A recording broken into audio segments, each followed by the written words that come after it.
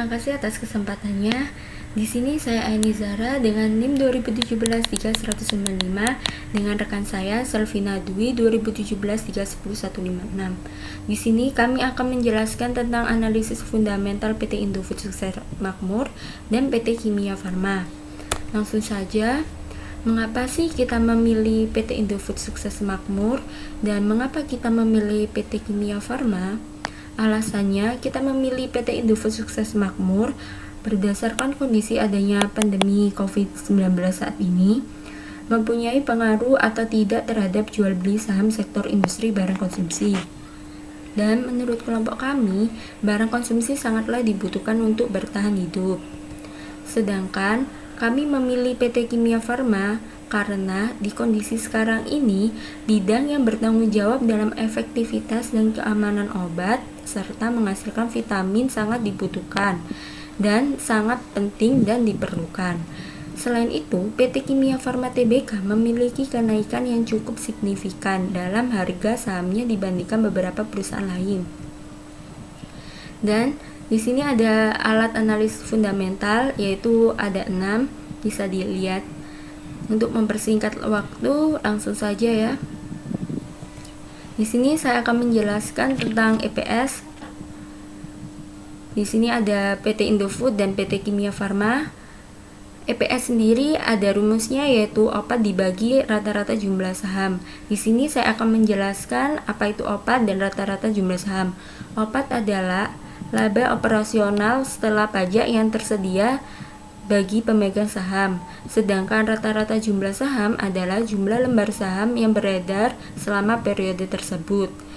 Untuk 2018 PT Indofood ini hasilnya adalah 9.510,7, sedangkan untuk 2019 adalah 7.503,8. Dan untuk PT Kimia Farma di tahun 2018 adalah 96,3 dan untuk 2019 di sini ada 87,6. Selanjutnya, kesimpulan dari keduanya yaitu laba operasional PT Indofood Sukses Makmur dari tahun 2018 ke 2019 mengalami kenaikan, sehingga laba per saham yang diterima oleh investor juga ikut naik. Sedangkan laba operasional PT Kimia Farma dari tahun 2018 ke 2019 mengalami penurunan, sehingga laba per lembar saham yang diperoleh investor juga ikut menurun. Selanjutnya, di sini ada dengan rumus harga pasar saham sekarang dibagi dengan laba per lembar saham. Di sini di tahun 2018 ada harga pasar saham sekarangnya yaitu 9.510 dibagi dengan laba per lembar saham yaitu 7.925 dengan hasil 1,2 kali.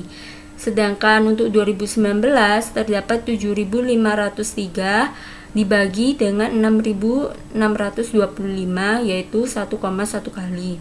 Sedangkan untuk PT Kimia Farma di tahun 2018 ini harga pasar saham sekarangnya yaitu 825 dibagi laba per lembar sahamnya yaitu 96,3 dengan hasil 8,8 kali. 8,8 kali. Dan untuk tahun 2019-nya yaitu 1052 dibagi 87,4 sama dengan 12 kali. Jadi dapat disimpulkan berdasarkan perhitungan per di atas dapat diketahui bahwa harga pasar saham PT Indofood Sukses Makmur mengalami penurunan. Sedangkan harga pasar saham sekarang PT Kimia Farma mengalami kenaikan, sehingga para investor mungkin lebih tertarik untuk membeli saham dari PT Indofood. Selanjutnya akan dijelaskan oleh rekan saya. Baik, terima kasih atas kesempatannya. Perkenalkan, nama saya Selvina Dwi Febriantika, NIM 2017-310156. Di sini saya akan melanjutkan presentasi dari rekan saya.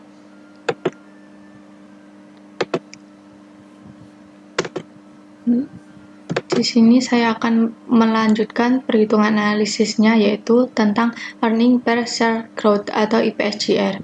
Nah, IPS-GR sendiri itu dirumuskan dengan IPS sekarang dibagi dengan IPS sebelumnya dikali 100% dikurangi 100. Untuk Indofood Sukses Makmur sendiri, nilai IPS-GR-nya ketemu negatif 21%. Ini didapatkan dari nilai IPS sekarang 7.503 dibagi dengan IPS sebelumnya 9.510 dikali 100% dikurangi 100. Sedangkan untuk kimia farma sendiri, nilai IPS sekarangnya yaitu 87,4 dibagi dengan IPS sebelumnya 96,3 dikali 100% dikurangi 100 ketemu 99%. Nah, berdasarkan perhitungan ini dapat kita ketahui bahwa diperkirakan nilai IPS untuk tahun berikut-berikutnya atau dari tahun ke tahun, PT Indofood Sukses Makmur akan mengalami penurunan sebesar negatif 21%. Sedangkan untuk nilai IPS PT Kimia Farma dari tahun ke tahun diperkirakan akan mengalami kenaikan sebesar 99%. Selanjutnya,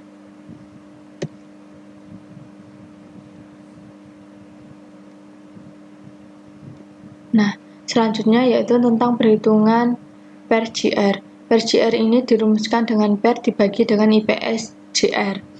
Untuk PT Indofood Makmur sendiri pada tahun 2019 nilai per GR-nya yaitu negatif 5,2%, sedangkan pada tahun 2018 nilai per GR-nya yaitu negatif 5,7%.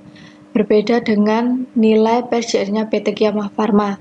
PT Kimia Farma sendiri nilai per GR-nya pada tahun 2019 sebesar 0,121%, sedangkan pada tahun 2018 nilai per GR-nya yaitu 0,889%.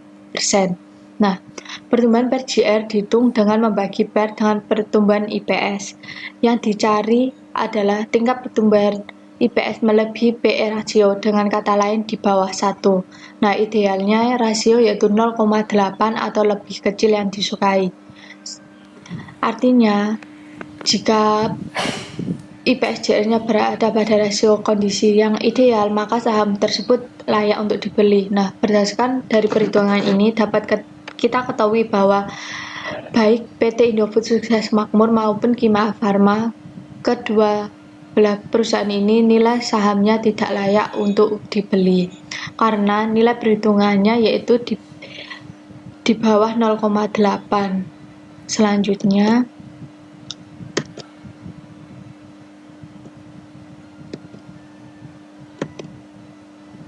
berikutnya yaitu perhitungan tentang dividen per share atau DPS. DPS ini dirumuskan yaitu DPS sama dengan dividen tunai yang dibayarkan dibagi dengan rata-rata jumlah lembar saham yang beredar. Untuk PT Indofood Sukses Makmur ini pada tahun 2019 membagikan dividen tunai sebesar Rp2.867, sedangkan rata-rata jumlah lembar sahamnya yaitu 878.043, sehingga ketemu DPS-nya yaitu 8,1. Sedangkan pada tahun 2018 nilai dividen tunai yang dibayarkan yaitu Rp6.649.034 dengan rata-rata jumlah lembar saham yang beredar yaitu 878,43, sehingga nilai DPS-nya yaitu 7,6. Sedangkan untuk PT Kimia Farma nilai DPS 2019-nya yaitu dividen tunai yang mereka bayarkan sebesar Rp83.198.920.000 dengan rata-rata jumlah lembar saham yang beredar yaitu Rp555.400.000.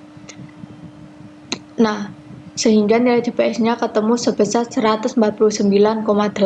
Sedangkan pada tahun 2018, dividen tunai yang dibayarkan oleh PT Kimia Farma yaitu sebesar Rp53.485.020.000 dengan rata-rata jumlah lembar saham yang beredar yaitu 555.400.000.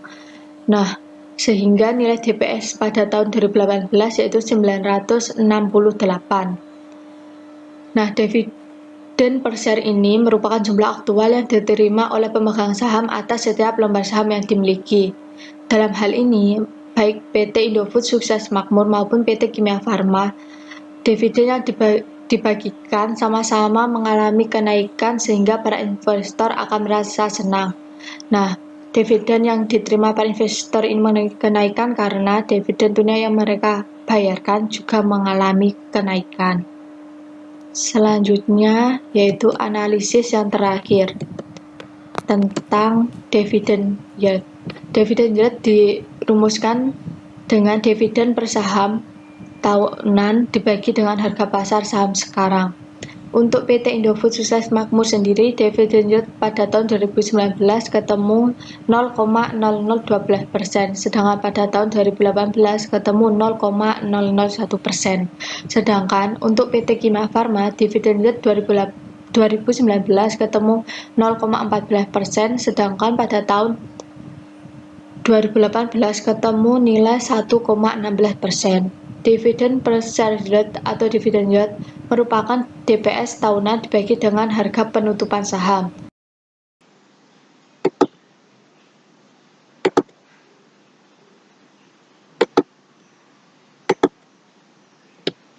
Nah, yang terakhir yaitu tentang kesimpulan.